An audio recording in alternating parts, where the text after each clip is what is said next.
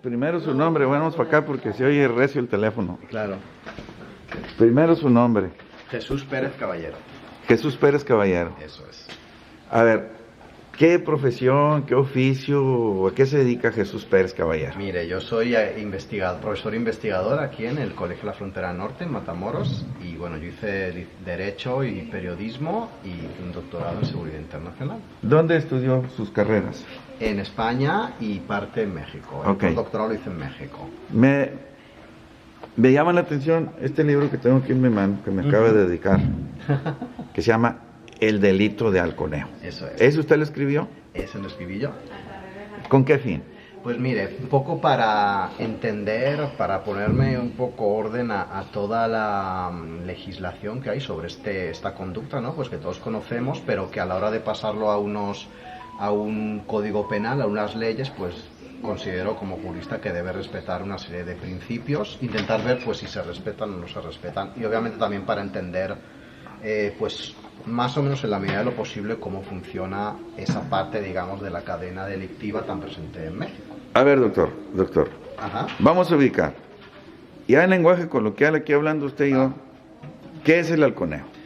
Pues es vigilar de una manera informal, es decir, sin que el Estado te autorice, conductas que los halcones y quien les pagan pues consideran que son lesivas para sus intereses, por así decirlo. Ok, ¿y esos halconeos de dónde salen o quién pone a esos halcones? Pues usualmente son individuos jóvenes, normalmente dentro, digamos, de la cadena de la delincuencia son individuos especialmente vulnerables porque usualmente van armados, pero realizan una función básica y los ponen pues usualmente individuos a su vez que intentan proteger una serie de intereses relacionados con cuestiones informales o delictivas propiamente.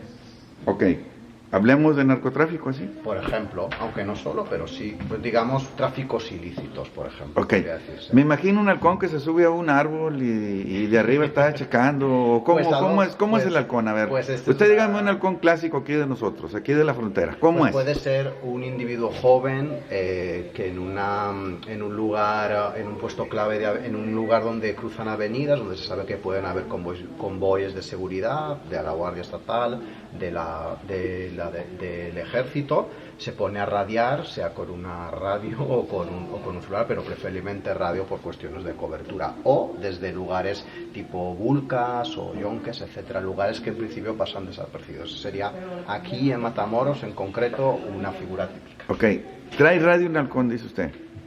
Sí. ¿Y ese radio a dónde manda señal? Pues son radios que se utilizan para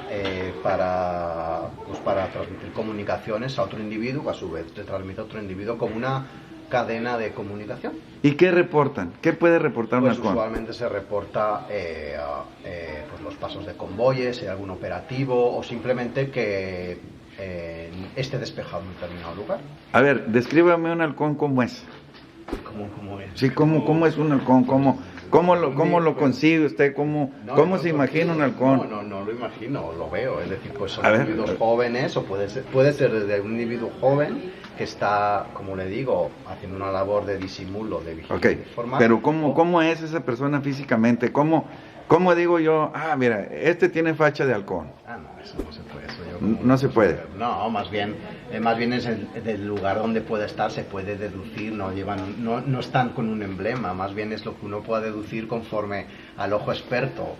Las personas que lleven más tiempo aquí o que lleven un tiempo pues podrán ver que en determinados lugares son especialmente sensibles. A partir que uno se ponga a ver un poco más, puede ver que a lo mejor una persona que realiza una labor informal como un franelero, como viene, a lo mejor también está halconeando, o simplemente pues también depende de cómo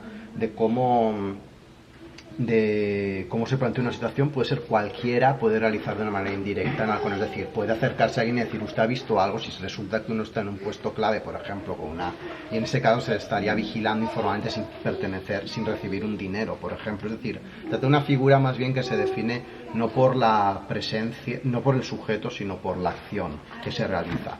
Aunque bueno, las autoridades normalmente operan al revés, más bien por la presencia deducen la acción. Entonces, ¿cómo viste un halcón? No, como vista a los jóvenes o como vista a cualquiera.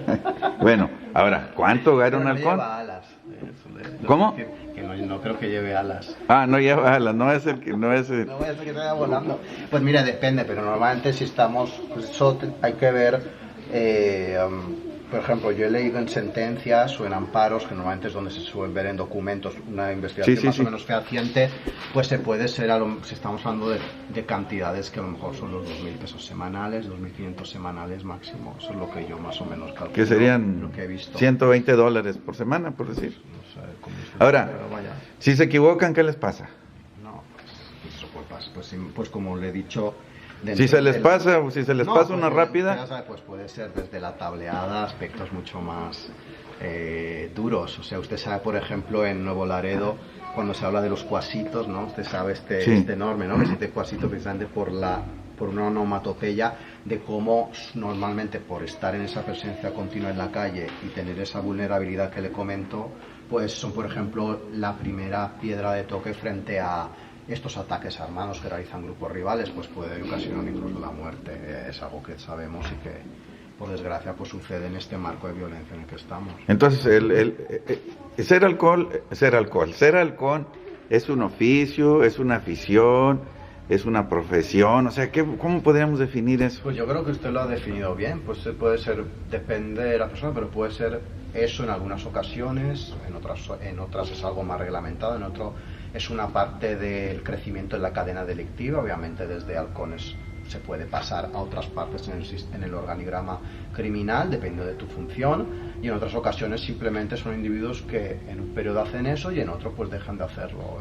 Puede ser cualquier de las cosas que usted... ¿Es peligroso ese trabajo entonces? Sin duda, como todo lo relacionado con la ilegalidad, es un trabajo peligroso y obviamente pues con los castigos internos o externos pues son, por no hablar de obviamente de que es una conducta, como le comento en el libro, delictiva y por tanto pues puede ser objeto de castigo penal. Doctor, en este libro, ¿qué plantea usted? Pues lo que planteo es que así de una manera como rápida podría decirse, uno, que hay antecedentes en otros contextos de esta figura, digamos, de vigilancia informal. Dos, intento plantear cómo puede relacionarse esa figura con la propia cadena delictiva, lo poco que puede saberse por una situación por investigar algo que de por sí, como usted sabe, es complicado. Y tres, planteo el ver cómo aparecen los códigos penales eso. Pero ¿por qué tuvo que llamarse halcón y no gavilán o no, pues o no gaviota o no paloma? Precisamente se llama, hay otros nombres en otros lugares, se llama halcón pues quizá por este digamos, por esta solemnidad yo creo que transmite.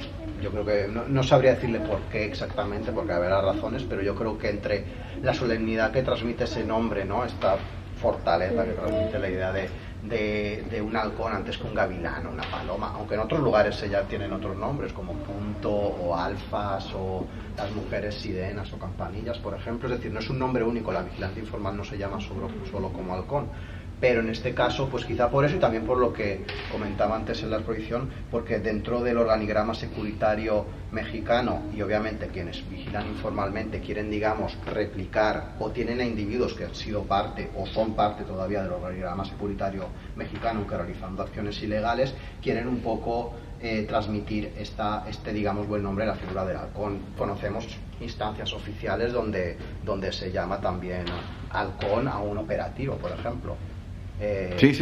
Sabe perfectamente. De hecho, yo le cuento una anécdota. Entrando a Ciudad de México, no llevábamos las matrículas de otro estado, entonces llegó un policía y nos dijo que teníamos que pagar una multa. Pagamos la multa y nos dijo, y yo le digo, ¿cómo puedo yo saber que usted no, cómo no me van a volver a multar? Y me dijo, no, usted usted diga H1, halcón 1 y esta frecuencia y no le van a multar.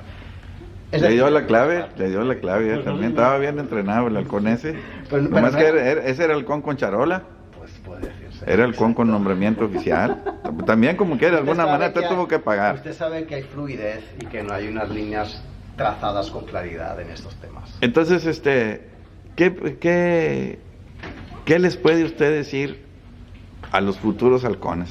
Generalmente son jóvenes, ¿no? ¿Qué les puede decir? Yo diría que al final no acaba redituando ese tipo de conductas, pero que se protejan. ¿Son viciosos los halcones? ¿Les gusta la mota, la coca? Eso ya no No lo sabe. ¿Nunca se ha Todavía topado con uno? Bueno, ese tipo de temas más bien me lo reservo porque me Muy bien. prefiero no. Muy bien, doctor. Bueno, lo dejo porque vamos a entrar a preguntas más incómodas. No, Y no muy quiero bien. que sufra. No sufro. Ok. Muchas gracias, doctor. No, a usted por el interés. Díganos su nombre otra vez. Jesús Pérez Caballero. Bien. Revista Vertical. Periodismo que va a fondo.